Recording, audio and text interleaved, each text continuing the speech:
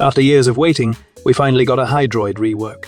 In my opinion, it's not substantial as the past Wukong rework which made the Warframe meta in everything, but the rework allows us to build Hydroid differently and also improves his farming kit in the process.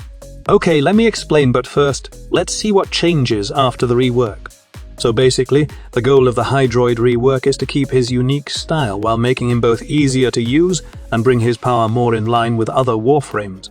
This means changing how his abilities work through changes to their damage types, removing charging mechanics, and making enemies easier to hit while they are wrapped up in his abilities.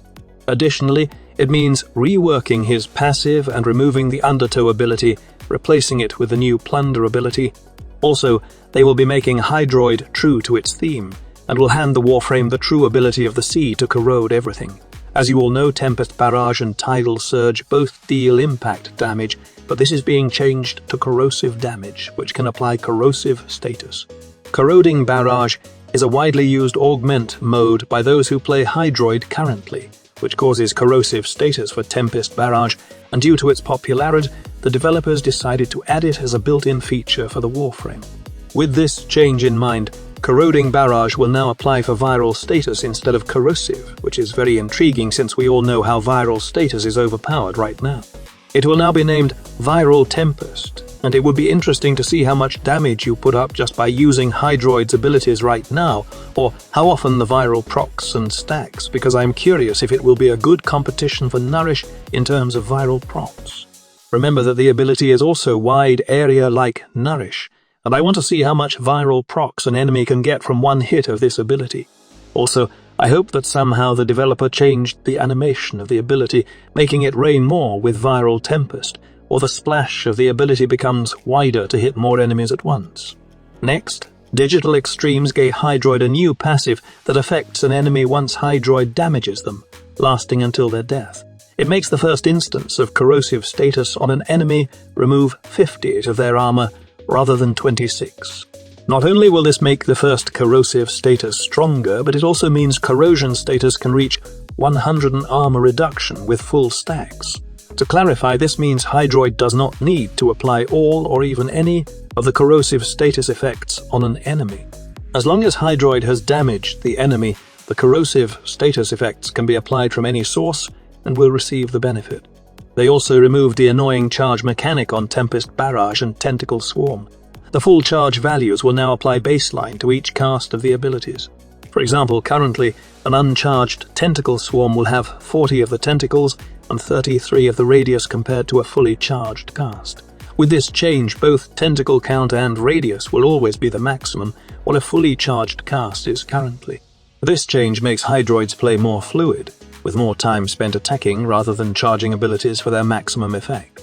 And then they removed Puddle Undertow and replaced it with an ability called Plunder. Now, I did say in my past video about the Hydroid rework, before even Devstream 173, that sometimes Pablo's rework is predictable because he often does this meter thing with Warframes.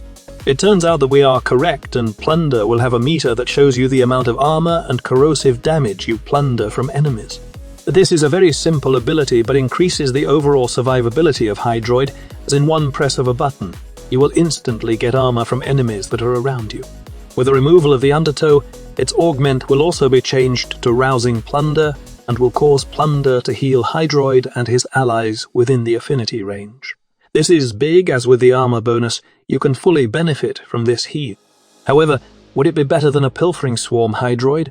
Then we move on to the best part, the Tentacle Swarm change, which is very simple but the best change that Digital Extremes ever made. The ability will now hold enemies in a steadier position, making it easier to eliminate enemies locked down by tentacles. This is good as you don't have to be locked with nuke weapons, and everyone can have their favorite Incarnon Bullet Hose or Incarnon Beam Melters to kill enemies that are grabbed by the Tentacle Swarm, gaining extra loot in the process. Farming Hydroid will still be a thing, but it's not solo-oriented anymore, as other players can kill the enemies faster while being held by tentacles. This quality of life change is great, as you don't also have to build for low range and stay in one place also.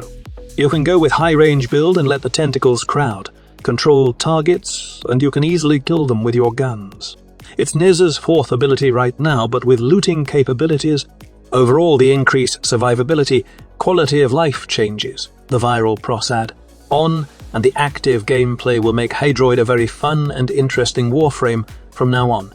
I bet on day one, many players will be playing Tentacle Boy, aside from the new Warframe dagger.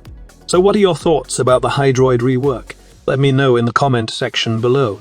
Thank you so much for watching, and I will see you in my next video. Squad Leader signing off.